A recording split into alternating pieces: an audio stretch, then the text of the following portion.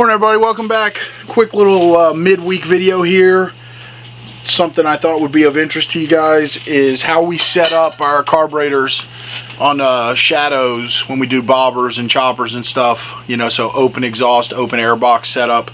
Got a set of 750 carburetors. We're getting prepped up for our 24-hour build. So we're going to just kind of take you step by step through that process and show you how we get these things set up. It's the way we do it. I'm sure there's a couple of different ways, but this seems to always work well for us and run how we want. So anyway, that's what we're going to do today. Appreciate you guys being here, and hope you can learn something from this. All right, first things first, we got to get these carburetors broken down. Number one thing I like to do is lay out some fresh white paper towels. I use it to put all our parts on. Makes it easier to see them. Also, keep them from rolling around on the table. I do all my carb work on this stainless steel table. So anyway, once we got our paper towels down, gonna get rid of all these lines with vent lines for the emissions system. We ditch. We're gonna pull the enricher cables out. Also gonna ditch those on this particular setup. The old fuel line can go. It's always, pretty crusty, and won't really line up where we want anyway, doing custom build, which is what we're doing here. So we're going to ditch all that stuff and then start breaking the carburetors down.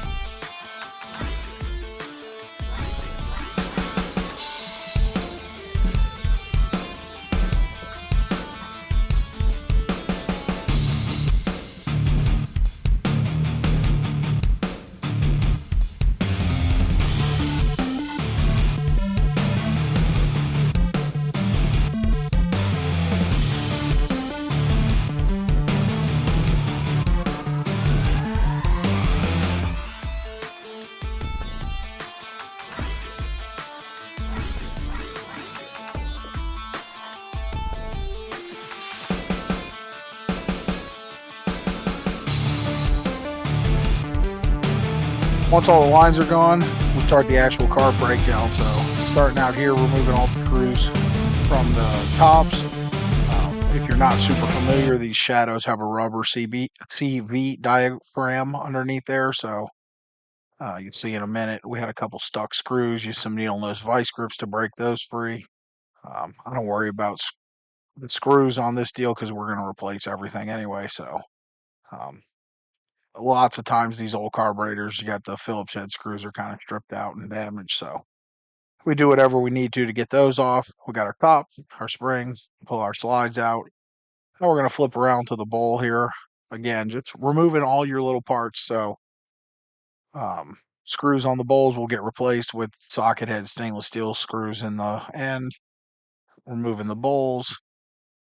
We're going to remove the floats, the float needles. These carburetors have a removable seat, so we'll remove the seat, which we'll replace with a new one when we go back for assembly. Going to remove the pilot jet and also the main jet and the jet tube, which I call the emulsion tube. I'm not sure why. That was whatever my dad used to call it, so probably not the correct technical term, but anyway, so just going to strip everything down. All the removable parts you can remove from the carburetor, you want to get removed. I'm going to remove the idle mixture screws. These carburetors had already been apart at some point in its life.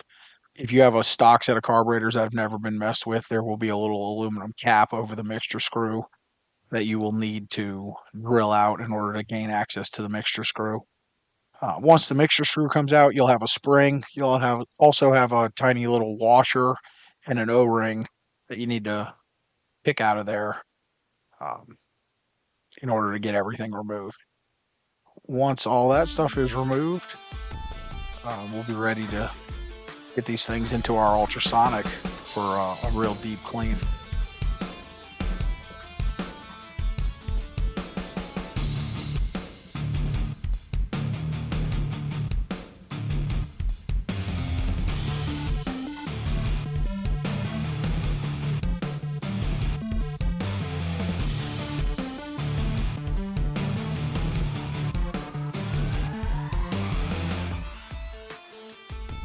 So we got the carbs in the ultrasonic. I thought this was something kind of neat. This is about, oh, I don't know, 3 hours in the ultrasonic, sped up extremely fast. And you can just watch the water get dirtier and dirtier as it removes all the grit and grime and years of buildup from the carburetors. You can see here we pop them out. I use a little piece of Scotch-Brite to get to some of the more stubborn stuff on the carburetors, just trying to get these really clean. Um, in our ultrasonic, I use a combination of water, a little bit of Dawn dish soap, and some ultrasonic cleaning solution that I ordered off of Amazon. A lot of times I don't use that solution. I just use some either simple green or purple power degreaser. I just happened to buy this solution for a fuel injector cleaner system we got.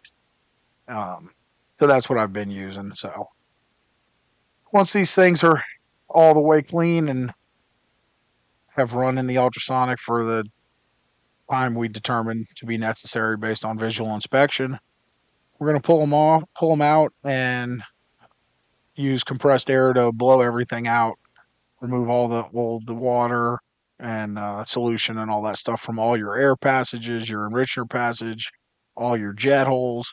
Just want to, make sure every last little nook and cranny gets the water out of there and all your cleaning solutions. So, we take our time, blow out everything that is needed.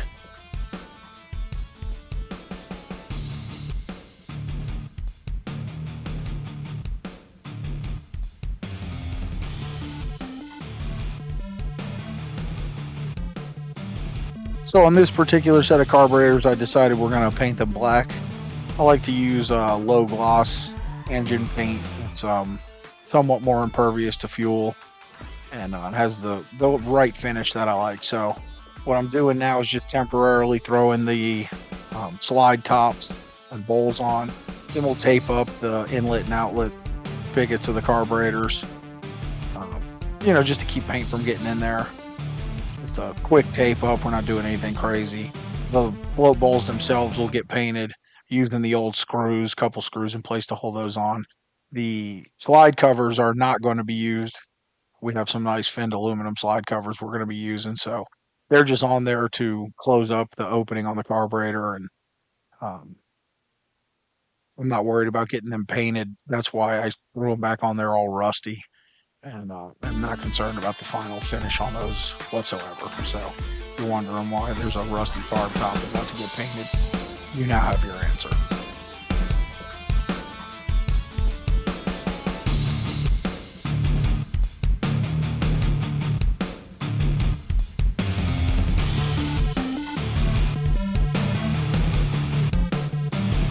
Why? Yeah. So. Yeah.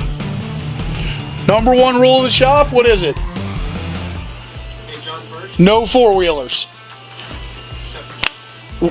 Four-wheelers are a minuscule tick away from a wave runner. So after our paint dried, we removed the tape, and we're going to go ahead and remove the float bowls and start doing our assembly here. Really, the assembly is nothing out of the ordinary. You're just going to put back all the parts you removed. On this particular setup, because we are going to be running open exhaust and some sort of open velocity stack, air cleaner, what have you, we are going to change the jetting setup on this. So we're removing the main jet from the emulsion tube, going to reinstall those. We're going to upgrade to a 45 pilot jet and a 120 main jet. They're not always the same for every bike, but I find this to be a pretty close setup usually. And being that this set of carburetors is going on a build that we're hoping to finish in 24 hours, I'm really hoping we get it close enough to work without having to go back in and remove carburetors and make adjustments during that time period. So um, we went with kind of what we know. So now I'm installing here. You see a little mini plunger enricher valve, just again to replace the enricher cable setup. It's cleaner, simpler setup, and works really good with the bobbers and choppers as far as access and cleanliness on the bike. So You can see there on the black, it's virtually impossible to even see them. So it just really cleans everything up. So the other thing we're going to do is add these long reach mixture screws. This again makes for adjusting the carburetors a lot easier. Um, you don't need a screwdriver or anything. You can adjust on the fly as you're riding. You can, or just adjust by hand. So you take your mixer screw. It did come with a spring, but from the looks of that spring compared to the stock spring, it was a little long. So went ahead and used the stock spring. You install your little washer and then your O-ring. The washer protects the O-ring from getting screwed up by the spring. So I like to start with a baseline setting of 2.5 turns out on my mixture screws. So you go ahead and screw them all the way in. Don't over tighten them. You just screw them until they stop. Once you do that, you back out 2.5 turns and you're set there as a baseline to get started. For startup, and then you can adjust from there. I like to adjust my mixer screws based on engine RPM. We'll show that much later in this series when we actually get to the bike. And last part of the puzzle on here is to remove the old crusty carburetor top and reinstall our CV slide and our new CV slide cover. Normally, our setup on these is to use the stock needle, and we install 2 gym washers. But when I pulled the needle out of this slide, I discovered it actually has an adjustable slide in it, or an adjustable needle, probably from somebody previously installing a jet kit. You'll see here in a second the difference between the stock needle. Has a fixed point on the top. Oh, that was real quick. I should have made that longer for you guys to be able to see that. But anyway, that was showing you how the stock needle looks with some washers on it. Anyway, we elected to keep the jet kit adjustable needle in there. I have the clip set on the middle slot of the adjustment, and we installed the slide and are installing our finned aluminum carburetor tops. This is a set of tops. We made a run of these a couple of years ago. So they're just a really nice billet aluminum carburetor top, replaces the crappy stamped steel, and just looks super clean on a bike, especially with a bike that has a Frisco or semi-Frisco mounted tank where the carbs are really exposed.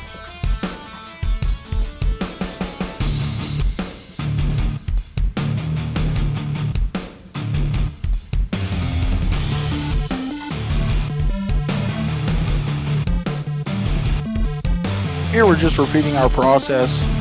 This is obviously a dual carburetor bike, so do the exact same thing on the front carburetor as we did the rear. Nothing different. All the same parts, all the same jetting. Completely 100% exact setup.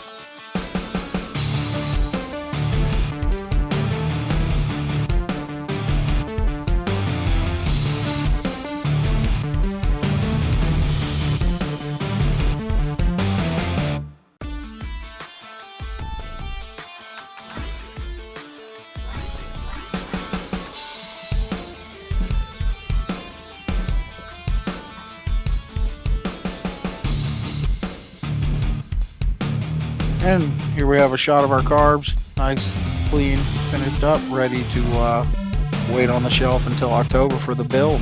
Alright guys, that's a wrap for today. Hope you learned something from this about setting up your carburetors for your shadow bobbers and choppers. Again, I'm sure there's probably several other ways to do this. It's just the way that seems to work well for us. So that's how we do them. So anyway, these are going to go on the shelf with all the rest of the parts for the 24-hour build. And October will be here before you know it, and we'll get this thing cranked out. So appreciate you guys being here, and I hope to see you next time at Gatti's Garage.